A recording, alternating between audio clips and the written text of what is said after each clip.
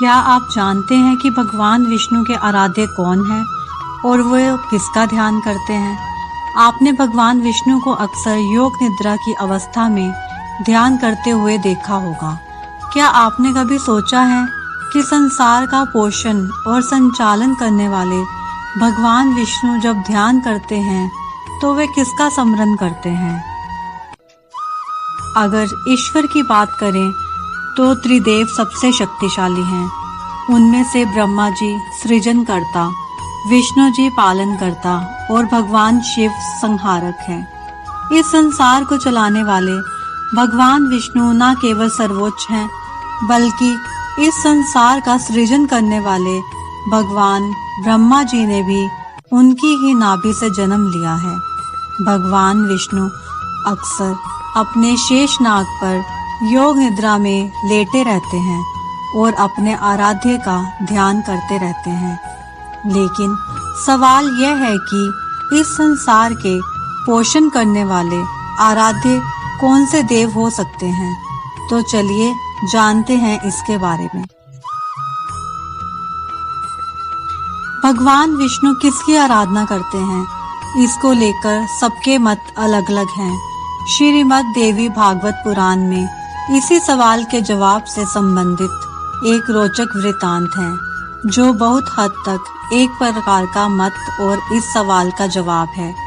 एक बार भगवान ब्रह्मा भगवान विष्णु को ध्यान करते देख आश्चर्यचकित हो जाते हैं और उनसे सवाल करते हैं कि वह क्यों ध्यान कर रहे हैं और किसका ध्यान कर रहे हैं। ब्रह्मा जी विष्णु जी से पूछते हैं, हे जनार्दन, आप देवों के देव हैं, वर्तमान, अतीत और भविष्य के स्वामी, इस ब्रह्मांड के स्वामी, आप योग में ध्यान क्यों कर रहे हैं और आप किस चीज का ध्यान कर रहे हैं?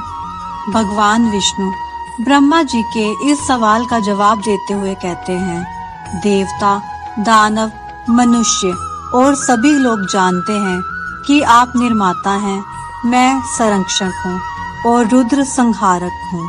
लेकिन सृजन, पालन तथा संहार की जो शक्ति हमें प्राप्त हुई है, उसकी प्रवर्तक देवी दुर्गा शक्ति हैं। आपके अंदर राजसिक रचनात्मक शक्ति निवास करती है, मुझ में सात्विक संरक्षण शक्ति निवास करती है और रुद्र में तामसिक विनाशकारी शक्ति निवास करती है। जब ये शक्तियाँ अनुपस्थित हो जाती हैं तो आप निष्क्रिय हो जाते हैं और सृजन करने में असमर्थ हो जाते हैं। मैं संरक्षण करने में और रुद्र विनाश करने में असमर्थ हो जाते हैं। विष्णु जी के इस जवाब से स्पष्ट है कि उन्हें अपनी सारी शक्तियाँ देवी दुर्गा से मिलती हैं और हमेशा उन्हीं का ध्यान करते हैं। श्री विष्णु महाकाल भगवान शिव की आराधना करते हैं। एक दूसरे मत के अनुसार जहां भगवान शिव ध्यान में विष्णु जी या उनके अवतार राम जी की आराधना करते हैं, वहीं भगवान श्री विष्णु ब्रह्मांड के महानायक और काल को संचालित करने वाले महाकाल भगवान शिव की आराधना करते हैं। शिव अजन्मे हैं, उन्होंने ही आदि शक्ति के साथ मिलकर इस सृष्टि का निर्माण किया है, इसलिए वो संहारक और सृजनकर्ता दोनों हैं। वो काल से परे महाकाल हैं, उनसे ऊपर कोई नहीं और सभी देव दानव उन्हीं की आराधना करते हैं।